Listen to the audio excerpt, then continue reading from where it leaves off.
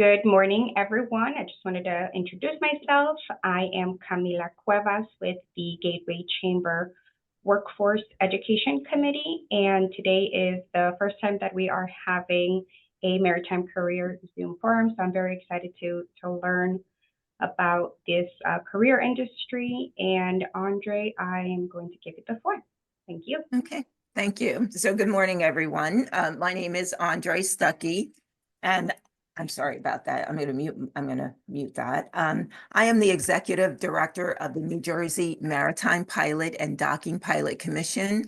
And what we do here is we license the pilots that pilot the commercial vessels in and out of the states of New Jersey and New York. So what a lot of people don't know about the state laws is that there is a state law that international pilots are not allowed to pilot foreign flag vessels on state waters. So that's where we and our pilots come into play. We have two sets of pilots that we work with. They're called maritime pilots. The maritime pilots will go out and board the vessel maybe about 16 miles past the Verrazano Bridge. They will board the vessel and then they bring the vessel into the channel.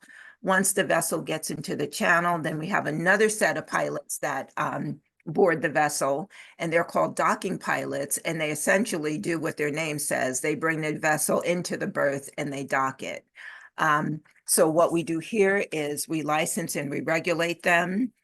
With me today, I have three of the presidents and a pilot from the four different associations that are under the jurisdiction of the commission. We have Captain Timothy Ferry, who is the president of the New Jersey Sandy Hook Pilots Association.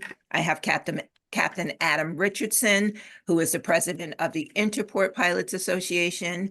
I have Captain Kirk Pinto, who is the president of Harbor Pilots Association. And I have Captain Carl Gato, who is a member of Metro Pilots Association. So I'm going to right now have each of the pilots kind of introduce themselves to you before we move forward with providing any additional information. So Captain Ferry, can you introduce yourself and tell the people a little bit about what you do? Sure. Again, my name is Tim Ferry, and I've been in this industry my whole adult career, and been around boats and ships my whole life. Wanted to do nothing more than work on the water, and I went to SUNY Maritime College, graduated from there with a bachelor's degree in business management and a third mate's license, U.S. Coast Guard license, and a Navy commission, and spent my whole career sailing on ships for 2 years, and then I've been with the Sandy Hook Pilots for the last 44 years. And that's what I do. Captain Richardson.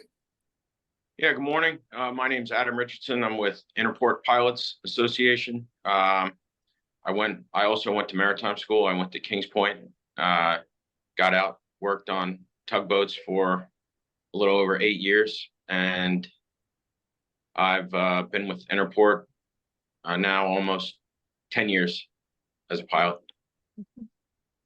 Captain Pinto. Hi, good morning. I'm the president of Harbor Pilots New York, New Jersey, working with Callister. I also went to SUNY Maritime School 4 years, and I worked on ships and tugboats for my career. I was steering since I was 23 years old, and it's been a long time. It's been a great career, and I'm very happy to be doing what I'm doing. So if you have any questions, I look forward to answering. Captain Gato. Yes, good morning. I'm Carl Gato. I represent Metro Pilots. I started my tugboat career in 1996 before I went to college. Decided to go to college to help get a bigger license than I would have if I just stayed on the tugboats. And then as soon as I graduated SUNY Maritime, I went back on the tugboats, and I worked there until 2014 when I became a pilot, and I've been a pilot for 10 years now. Thank you. So I want to talk a little bit about what it takes to become a pilot, and then we're going to make the conversation a little broader and talk about other careers within the maritime industry. So Our regulations have different requirements for different set of pilots. So in order to become a maritime pilot, you have to be between the ages of 21 and 30. And you have to have a bachelorette's degree. It does not have to be in any particular vocation. However, because it's such a competitive industry, something to do with engineering or uh, transportation or something in that area kind of helps when you're applying to become a pilot. So in order to become a maritime pilot, you only need a bachelor's degree. And then every 2 years, we do what we call an open selection process. We review the applicants, we send them for testing, and then we interview. We are doing the process again this year. The date to receive applications will close on April 15th. And Captain Ferry, do you have any idea how many applications we have to date? No, I really don't, Andre. Okay. I know it was slow coming in 2 weeks ago, but I think most of them are showing up now. Okay, so I've worked on that committee for the past, I want to say 14 years, and we get a minimum of, I'm going to say 85 applications. So it's between Right. 85 and 120. So, and that's the qualifications to become a maritime pilot. To become a docking pilot, they have a different set of qualifications because they do a different type of work. You're required to have 10 years within the industry in order to apply to become a docking pilot. 5 of those 10 years needs to be served as a mate or a captain of a tugboat. And those are the only qualifications that you need to become a docking pilot. However, some of the captains have stated that they have bachelor's degree from maritime academies. If you have that, we can substitute 4 years of the 10-year requirement if you've gone to a maritime academy and you received a degree from one of those. So those are the qualifications to become a pilot in the state of New Jersey. But what we want to talk about today, we want to talk about the maritime industry on a whole. And I like to point out 2 instances because a lot of people don't know about the maritime industry. I tend to call us the best kept secret in New Jersey because people don't know about us, people don't know what we do. 2 very important instances that happened. I'm going to talk about 9/11 first. When 9/11 happened and the Holland Tunnel was closed down, a lot of the entries between the 2 states were closed down, and there were some people stuck in the city that needed to get home. What a lot of people don't know is the maritime industry, obviously they were shut down because there was no cargo coming in and out of the port. So what they did was they used their assets to transport people from New York to New Jersey. And people don't talk about that, but I think that's a very important thing. And then the second incident I want to talk about, I want to talk about COVID. So when you're watching TV and you see they talk about the firemen, they talk about the police officers, they talk about the hospital workers, they never talked about the pilots.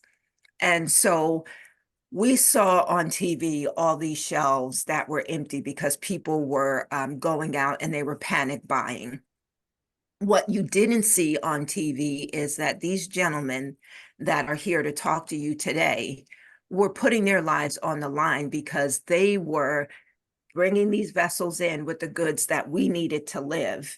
They were entering these vessels with these people coming from overseas that they had no idea what they were walking into. So, you know, they were going on these vessels and they didn't know whether there was an infected person on that vessel. They had no idea, but they were professionals. So while most of the world was shut down and trying to hide from the pandemic, we were out there and we were working and we were servicing you.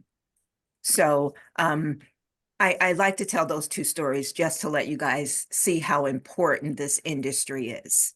So in addition to being a pilot, there are so many other careers out there.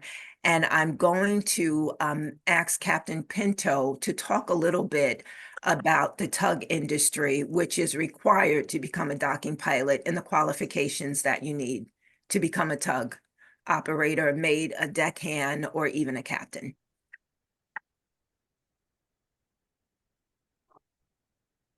Thanks, Andre. So yeah, I did go to school for 4 years at SUNY Maritime. It was a little different back then. Now you need a towing endorsement when you come up to the point where you want to steer. Back then you can work your way up from the deck, and basically when you proved yourself on deck and you got working with the tugs for a while, you could get onto the wheel and start steering. Now you have to have somebody sign off. There's a towing officer's assessment record, which you can get done by working with the people on the boat, and you have to display the different skills just to vet the people more so, because they had some incidents in the past, so that's what they came up with. And then you get approved to steer. It's a great industry. It's very tight knit. I love doing the tugboats because I feel like it does put you right up in the front. When you work in the tugboats, it's just you in the wheelhouse steering. There's nobody. It's not like you're watching somebody, or it's you're by yourself steering, and that puts a lot of people in a lot of stressful situations. And I know a lot of people that started and they were going down rivers, and they said, "Geez, this is ridiculous. I can't believe I'm steering this big thing down the river." And it's pretty neat. It's fun, and it's there's a lot of camaraderie on the boats. But yeah, the path I took was school for 4 years. And then I got, there was a need for us back then. And then there was a long period of time where we were pretty flush with tugboat people, and it was hard to get a job steering. Now we're back, it seems to be where we do need a lot of people. And I think it's a good time if you wanted to get in the industry for anybody to get in and work their way up. I don't know if anybody's interested in the tugboats, but it is pretty neat industry, and you can make a very good living at it. And obviously, we still have the opportunity in New York and New Jersey to become a pilot off the tugs, which is, it's rare these days. So, Thank you for that, Captain. I'm going to switch over to Captain Gato. Captain Gato is also a docking pilot, but he has a different history. Captain Gato's father was a pilot before him. So let's talk a little bit about your experience and how you were influenced to get to where you are. Actually, I'm third generation. Oh my God. My grandfather was also a pilot. Okay. And he worked until he was about 70, until the two tugboat companies in New York, Turcamo and Moran, merged in 1999. So with the merger, my grandfather worked for Turcamo, my father worked for Moran. And with the merger, when the pilots came over from Turcamo, there was only a limited amount of spaces. So they had the two old pilots that they had, who were both 70 at the time at Turcamo, were to retire to make room for younger people. But he loved his job. And then my grandfather, my father worked, I think he was a pilot since he was 1982, and he just retired in 2000, early 2000, right before the pandemic happened, and he was 69 when he retired.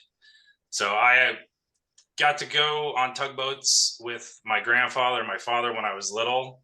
At the time, before 1988, the tugboats captains were also pilots of the ship. So the pilot would go on the ship as the captain of the tug, and the mate would do the steering. And that's how it worked in the earlier times. I never intended to go into the industry. My father kind of shied me away from it, and I never understood why. And so I tried accounting and numerous other jobs, and none of it was for me. And he said, "All right, well, then you're going to work on a tugboat." And I think it was the best decision well, that was made for me. I'm grateful for it. Like I said, I grew up going on tugboats with my grandfather, my father. And I guess the thing that he shied me away from was the challenging winters and like the weather, all the different variables you have to deal with: wind, fog, rain, snow. It's a 24/7 business, even during the holidays, which You know, it might be difficult for some people to be away from their families for that, but for me, it was, you know, the perfect scenario. So when you're on the tugboat for 2 weeks, you know, it's a little more difficult. If you have a family, you're away for 2 weeks, but then you also have 2 weeks off. So it's kind of equal time. Now, as a pilot, from what we work 2 days on, 2 days off. So you're never away from your family for too long, and you're never at work for too long. So that's Well, we're happy your father pushed you in becoming a pilot. I am as well. Okay, so we're going to switch gears over to Captain Richardson. Captain Richardson, he is also the president of a docking pilot association, but they work a little differently than the other docking pilots in the port. So why don't you tell us a little bit about, you know, your pilots and the shift around work that you do, and the fact that your pilots are licensed in additional ports outside of New Jersey. Okay, so we have kind of a hybrid model of all sets of pilots. We're licensed as docking pilots from the state of New Jersey. We also do federal bar work, so bringing the U.S. flagships in and out of the harbor. Also, many of our pilots are licensed in all ports. I mean, a second port, excuse me. So I'm licensed in for the state of Connecticut, New Haven, New London, Long Island Sound. Some of our other pilots are licensed in the Delaware River, Philadelphia area. We're probably, well, we're the smallest pilot group, so the dual license helps us. Dual license definitely helps us out, and when one port's busy, another port is quiet, and vice versa. So it's the model that's worked for us for a long time. Thank you. So Captain Ferry, I saved you for last. Captain Ferry is the president of the Sandy Hook Pilots Association, and they are the only maritime pilot association within the state of New Jersey and New York. So Captain Ferry, I want you to talk a little bit about the Sandy Hook pilots. I want you to talk a little bit about the different career opportunities that you guys offer outside of piloting. Okay. Well, to start off with, we are state and federally licensed, and we are responsible for bringing any foreign vessels over the bar into the port, or any American flag vessels engaged in foreign trade are required to have a state pilot on board, and that's what we do. We run an elaborate operation. We have a station boat, which is over 200 feet long, which sits out the entrance of New York Harbor off of Sandy Hook, 24 hours a day, 365 days a year. That boat is crewed by apprentices and union crew, which is great opportunities for people to work at sea. They work week on and week off. It's a good paying job. The master mates and pilots are the union that we use to crew the boat. And then as my colleagues have talked about the requirements to become a pilot, you do require a bachelor's degree. In my day, it was 60 college credits for me to start in the business. And in my brother's day, it was 2 years on the Coast Guard. So it's evolved over the years to more and more training. But the other jobs that are available do not require a college degree. And you could start right out of high school, and they're good paying jobs. Start as a deckhand. We have deckhands and launch operators that take us to sea, that bring us out to the pilot boat offshore. And we have engineers, we have cooks, we have stewards.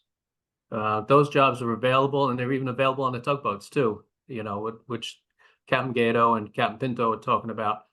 Those jobs are available on their boats. So there's many good paying jobs. And there's other jobs in the port, such when a ship comes in, there's ship chandlers, that ships get supplies. That requires people, manpower to do that. You have shipyards. You have Bayonne Shipyard, Cadell's, major shipyards here in the port area with very good paying jobs. You need welders, you need painters, riggers, mechanics. The shipping support industry in this port provides many, many jobs which do not require a college education. Thank you for that, Captain Ferry. So Captain Ferry touched a little bit on the different types of maritime careers there are out there. And, we'll just, talk about a couple of others. There are careers on the ferry boats as deckhands, as mates. We actually have water taxis in the state of New Jersey. And when people think about the port, they always think about the longshoremen, and they think that that's the only job that you get within the port. But there are also dock workers, there are line handlers in the port, there are agents within the port. So say you want to work around the water, but you don't want to be on an actual boat, you get a job in an office as an agent. There's a dispatchers. So there are so many different maritime careers out there. So the Noble Maritime collection, they have a booklet that they publish, and it's called Maritime Careers of the New York Harbor. So the New York Harbor is inclusive of New Jersey and New York. Whenever they talk about the harbor, they say New York, but it's inclusive of both. So, and I have been given the permission to distribute this booklet to anyone that is interested. So I do attend a lot of career fairs at the high school level, at the college level. I even attend community career fairs where I give out these booklets. These gentlemen that are talking to you today, they are willing to mentor someone interested in the industry. And when I say mentor, they're willing to give them the playbook on how to get to where they want to be. So there are different steps that you need to take in order to become a tug operator. So Captain Pinto hit on that, and he'd be able to tell you, okay, so you need to get an ordinary seaman's license. And then once you do that, you do A, B, C, D. So Captain Pinto, do you want to talk a little bit about applying for an ordinary seaman's license? Yeah, sure. If you want the OS rating, you can go to the Maritime, was it West Virginia, and you just have to get a physical, put in your paperwork, fill out the application, and you'll get your merchant mariner's credentials. And you'll start out as an OS on the deck side, or I believe it's a wiper if you want engine side. But yeah, that's it. And there's, National Maritime Committee. So it's a little different than it used to be. It's all centralized. But it won't be hard for you really, as long as you put in the paperwork, pass the physical examination. And then you can start on talk about, you don't need a college education to do that. A lot of people I do work with that work their way up did not go to school. And if you do go to school, actually the SUNY Maritime, stuff like that's pretty easy going, pretty cheap. And compared to other places, it is kind of the best kept secret. And it is great. I know Carl, we went to school. A lot of people in the industry, a lot of people that are at Sandy Hook and all the other pilot organizations. So that is a great way to get started and get into the business. But yeah, you don't need that. You can certainly start as an OS, just getting your credentials.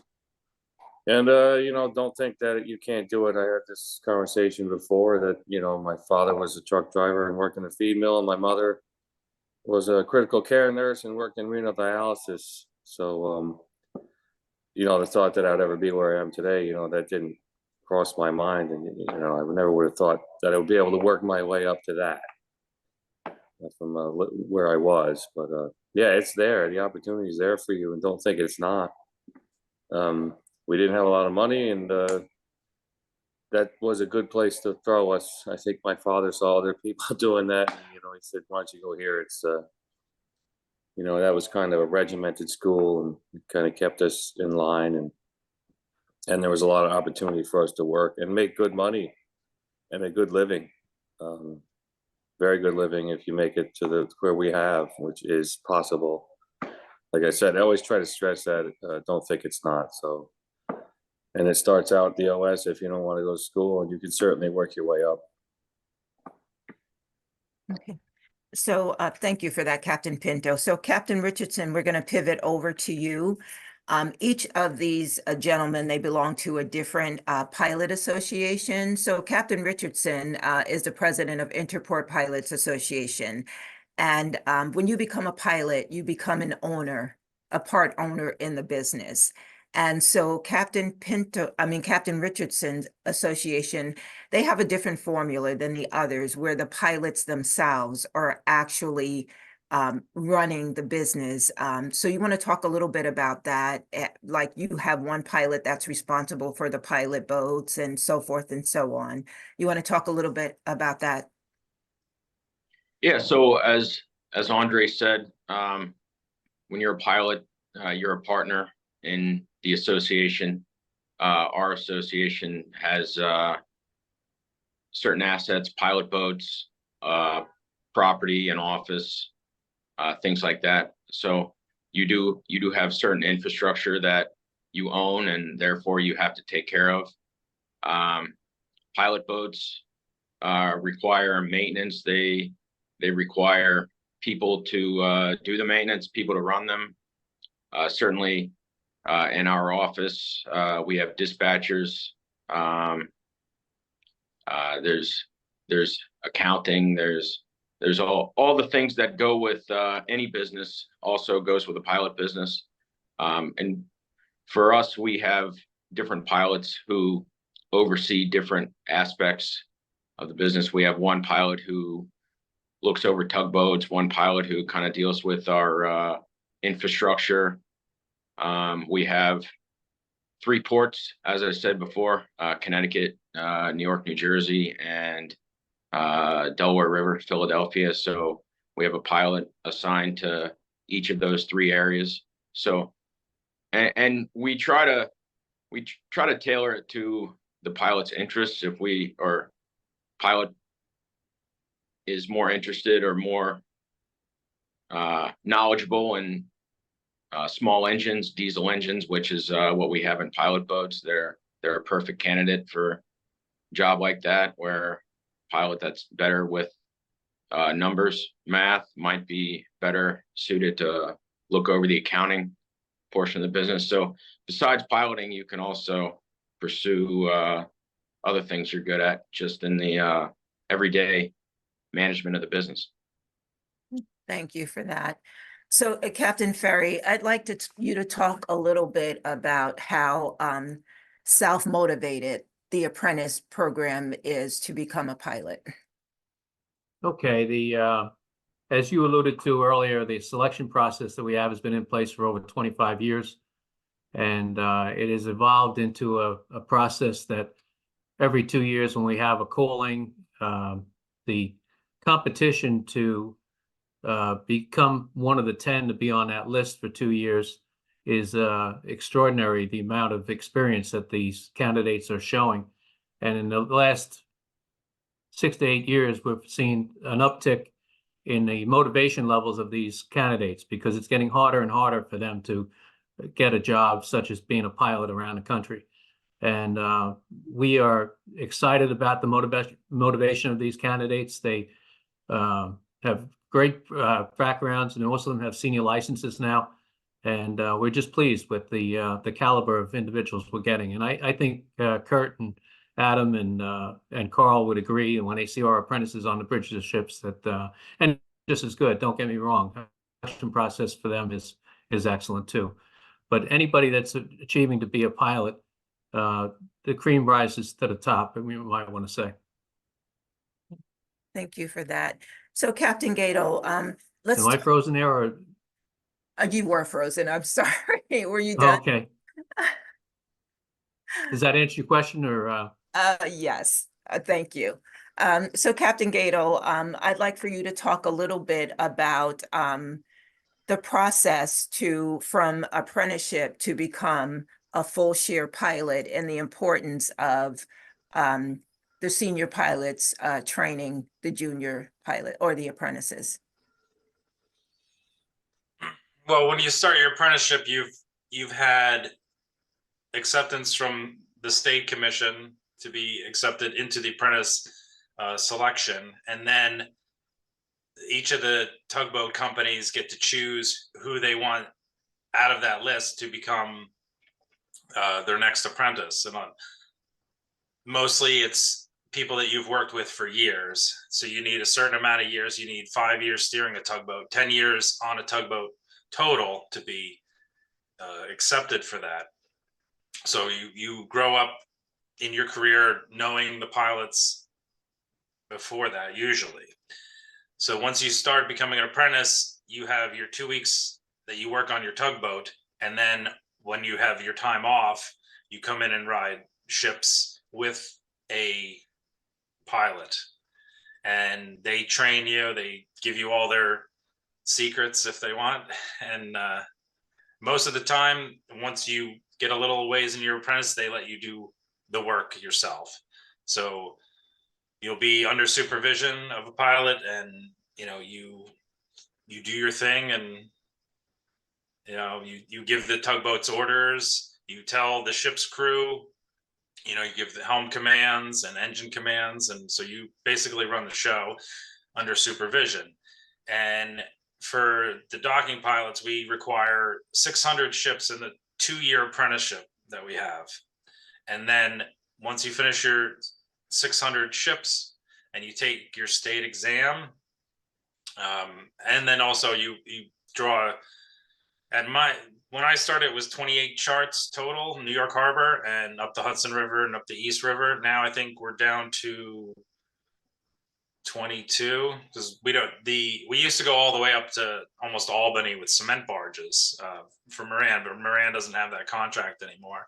So we only require all the surrounding harbor charts and up to, I think, just above Yonkers. So once you finish your 600 ships and you take your tests and you draw all your charts, then you become a quarter share pilot, where it's where you put probably the most work in that you have. You take any vessel that comes in, that's your size limit. So you're limited to a ship, say 750 feet by 37 feet draft, and only certain docks that you can go to, because some are a little tighter than others fitting in. And then as you work your way, every 6 months we review everything, and your dimensions of your ship, the depth, the length, the bigger the ship, you get more experience, so you can do those. So every 6 months that goes up, and then you could prove that you can do the work. And then you do your quarter share year as that's kind of like paying your dues. You're doing most of the work for everyone. And then once you become half share after a year, you kind of get into our rotation, where it's very difficult to explain, but one guy will go do a ship and then the next guy will do a ship. So you're not, everyone's not working all the time. So it's basically taking turns. And then you spend a year and a half at half share. And then, like I said, every 6 months, your dimensions change. So you keep doing more and more ships, and your confidence grows, and you can do more tricky maneuvers. And then you spend another year and a half at 3/4 share year so it takes 4 years from when you start and you finish your apprenticeship to full share. And then once you're full share, you can do all the vessels that we do. We do oil tankers, container ships, bulkers, cruise ships, everything. So. Thank you for that, Captain Gato. So I'm just going to clarify when he talks about the rotation. So the way the pilots work, you're on a rotation during your shift. You do a job, and then you go to the bottom of the list until your name comes back up to the top. So the pilots, they do get rest in between jobs. So that's what he means about the rotation. So he hit on something very important about the length of time it takes to become a full share or a full branch or just a docking pilot. So there are steps. With the docking pilots, they become share pilots until they get to be a full share pilot. With the Sandy Hook pilots, they become deputy pilots until they become full branch pilots. So when I go out and I talk to a lot of children, I like to talk to them when they're in the 10th and 11th grade, when they're at the point where they're making college decisions. And I like to give them the option of possibly pursuing a maritime career. I always get a lot of feedback. I don't know how to swim. Why would I want to work on the water? And one of my favorites is, it takes too long to become a pilot. And the way I address that is, if you wanted to become a doctor, do you think it would take too long to become a doctor? Or if you wanted to become a lawyer, do you think it would take too long to become a lawyer? So we're in an age of immediate gratification. And so, I believe that's why our industry is suffering right now. We are very low in manpower because people are looking for the jobs where they can get the big money immediately, and they don't want to put in the work to pursue a career that's going to pay off in the long run if they put the hard work in. So I don't I don't like to talk about salaries when we do these types of forums. So I'm going to stay away from that. But I do want Captain Ferry to talk a little bit about the different pilot grades before they can become full branch pilots for Sandy Hook. Okay, you talked about deputy pilots, and after serving a 5-year apprenticeship, they take their state license and sit for the state license, and then they become a deputy pilot. And then there are five years of grades, which they go through. Is the first 4 years is 6-month licenses, much like Captain Gator was talking about with the tugboats, with the docking pilots. And then there's 1-year licenses after that. And after 7 years as a deputy pilot, they are full branch in grade and in salary. And then they become a partner of the business. It's a long process. There's many ships. Just to become a pilot, they were on over 1,000 ships before they actually get their state license to start out on their own. So it's quite involved. And we're limited to draft and tonnage, much like the docking pilots with the deputy pilots. Okay. Thank you. So the only other thing that I want to touch on is the function of this office, the function of the commission. So we serve the pilots in all capacity, right? We help to select them. We approve the training programs. We have training requirements within our regulations. We regularly update our regulations to meet the needs of not only of the pilots, but of the industry.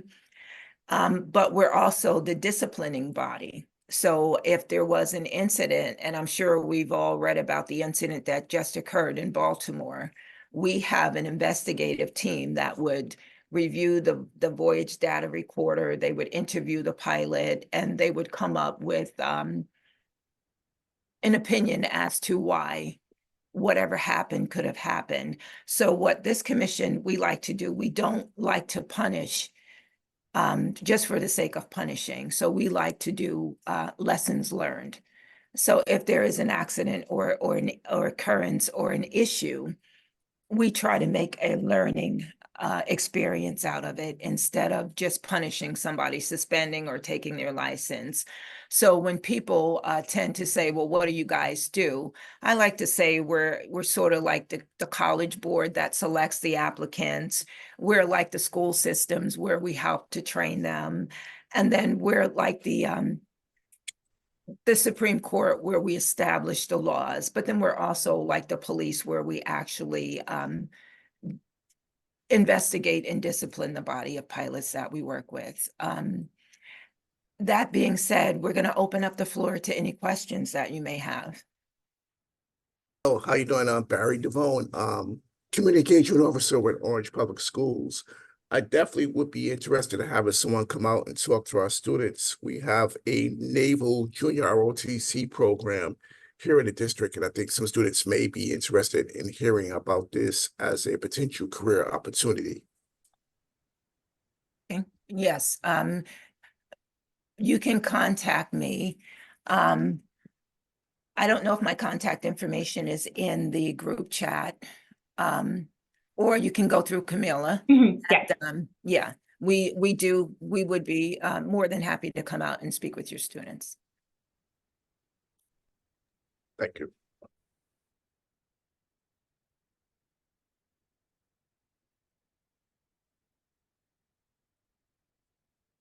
And I what I can, appreciate- sorry, go ahead. Hey, I just wanted to say I appreciate the presentation that's here. I'm with the Urban League of Essex County. I work a lot with adults who are looking for, for their career path.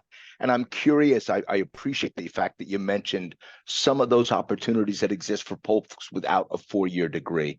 And I'm curious of what are the resources that I could point them to or explore a little more in depth to understand some of those entry level opportunities for someone who may not be at the outset on a career path for a pilot. Okay, so if you sent me your contact information, I could send you a copy of the Maritime Careers of the New York Harbor. It's a pamphlet that kind of details a lot of the careers within the New York, New Jersey Harbor. And then, we could follow up. If you have any questions, you can reach me directly. And I'm sure that some of the gentlemen on the Zoom today would be willing to assist in getting that type of information to you. Thank you so much. Great presentation today. Really appreciate this. Thank you. And what I wanted to say is I can share Andre's contact information with everyone that signed on today.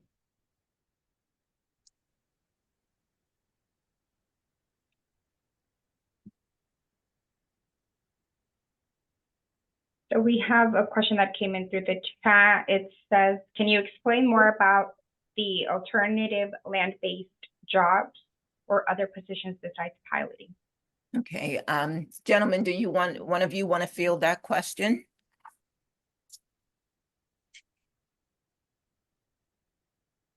Captain Ferry? If I have the question right, they're interested in what jobs are out there other than having a college education, land-based in the maritime industry. Is that correct? Yes. Well, as said before, there are many jobs within the port area that involve shipyards, ship chandlers, companies, steamship companies have their offices in the tri-state area, primarily in the Port Newark, Port Elizabeth area. You have a number of intermodal companies, all involved with shipping, but they're regular land-based jobs, 9-to-5 jobs, and they're good paying jobs. And a lot of those jobs are entry level, where you don't need a 4-year college degree, and the opportunity is there. And I'm going to elaborate a little bit on that and kind of go through it and name some of the jobs.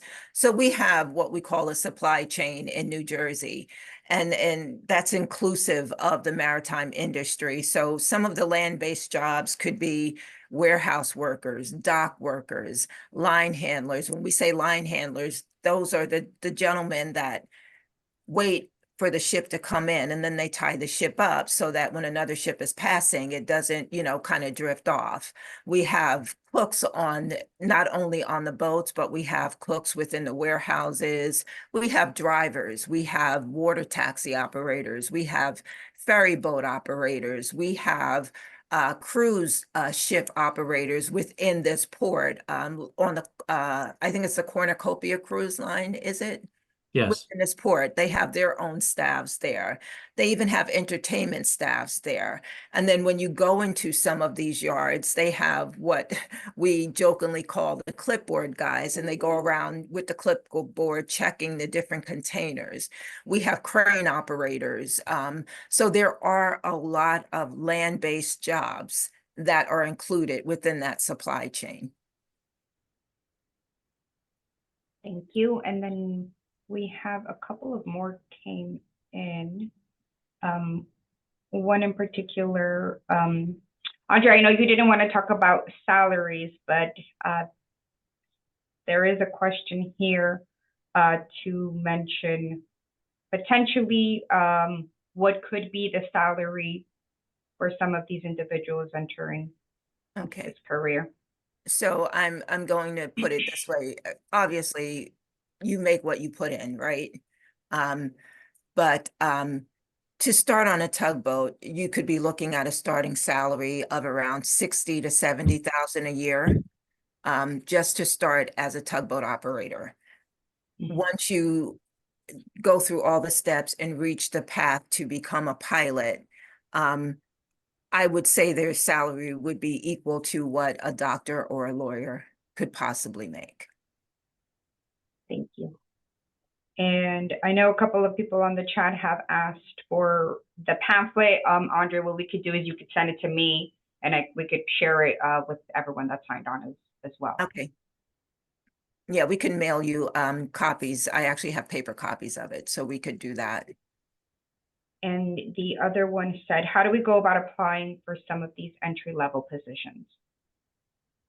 Again, anybody that is interested, my office is willing to offer guidance. I just want to point out that we don't have specific jobs to offer, but we can offer guidance. And I have worked with some of the pilots where they would mentor somebody to get them through the process. I have learned recently that the Coast Guard's website is very hard to navigate. And these gentlemen are people that have been through that process, so they could give you a little help as far as that, because that's the first step into getting a career on the water. You have to get that ordinary seaman's license through the Coast Guard. Okay, thank you. And that's it on the questions coming in. Okay. Gentlemen, do any of you have any final statements that you'd like to make before we wrapped up? I would Yeah, just like to, Andre. oh, go ahead, Adam. I'm sorry. Oh, yeah, I just had one quick thing for the gentleman from the Urban League. We talk a lot about how this is a great industry for someone coming out of high school or coming out of college, and it really is. All of us, or most of us, came here out of college, but I've definitely worked with a handful of guys on the tugboats that this was their second career. I worked with a guy who was on his first day on the tug, he was a retired police officer, so he was starting a new career. So it's definitely a great job for a young guy. It's a young guy or girl. It's a great job for somebody who's looking for something new or a second career. So it's definitely not just for the younger folks. Thank you so much. Adam, I'm glad that you mentioned that because, Andre, when you mentioned the different regulations on being a maritime pilot and then being a docking pilot, I noted that specifically to be a maritime pilot, it's between the ages of 21 and 30. But to be a docking pilot, Adam, like you mentioned, you had a retired police officer go into that industry. So on certain career paths, it doesn't matter your age. I mean, on one career path, right? Well, I'll be clear. The people I worked with, it was their second career. I worked with them when I was on the tugboats, not as a docking pilot. But I just wanted to make it known that it's not. This industry as a whole isn't something you have to start young. You can start anytime and make a career out of it. Thank you. I have another question came in. Is an ordinary seaman's license equivalent to a merchant mariner card? Yes, it's the Merchant Mariner's credential, which is every seaman or officer has a credential. So whether you're an ordinary seaman, an AB, Eagle Body seaman, or you have a license, you have that same credential. It just gives a rating on it. Yeah, and so what they do is as you progress the Merchant Mariner credential, they stamp it within your booklet. Each step, each extension that you get on there, each license that you get. Thank And you. I would just like to say, a success story so far is a young man that went to work for us as a deckhand on our pilot launch. and he worked for us for 3 years.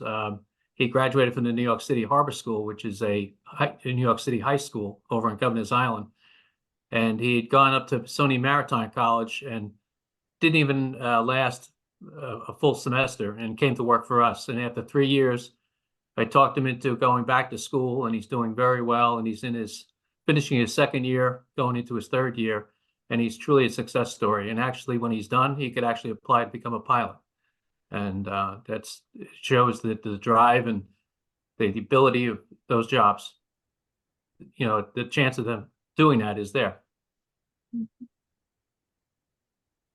Captain Gato, any last thoughts?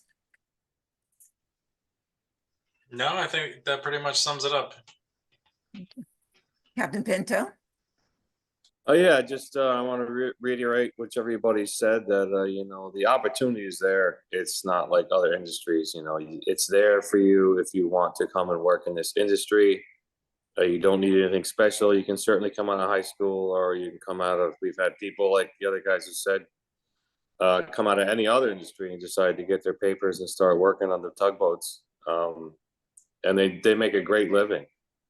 The 2 weeks on, 2 weeks off, they had great health insurance. Even as a deckhand ROS, they make a substantial amount of money, more than you would on land, as long as you don't mind being away for those 2 weeks. And then once you get in, you're working, the opportunity is there to climb the ladder. It's there for everybody. I just always want to push that so people understand, if you put the time and effort in, you will make it. Thank you for that. Okay. Well, I just wanted to thank everyone for taking the time out of their busy days for our presentation. And as I stated, the door to this office is always open. I am a 24/7 employee. So you feel free to reach out at any time. And if anybody needs any additional information or would like to talk further, feel free to reach out. Perfect. Thank you, Andre, and the panelists. It was very informative. I personally learned a lot, and I have an opportunity to go back to our workforce education and not only share this video, but really explain to them the career opportunity. So thank you. You're welcome. So if there are no more questions, that concludes our discussion. Thank you. Bye, everyone. Bye. Thank you. Bye-bye. Thank you. Bye. Thank you so much. Bye. Bye-bye.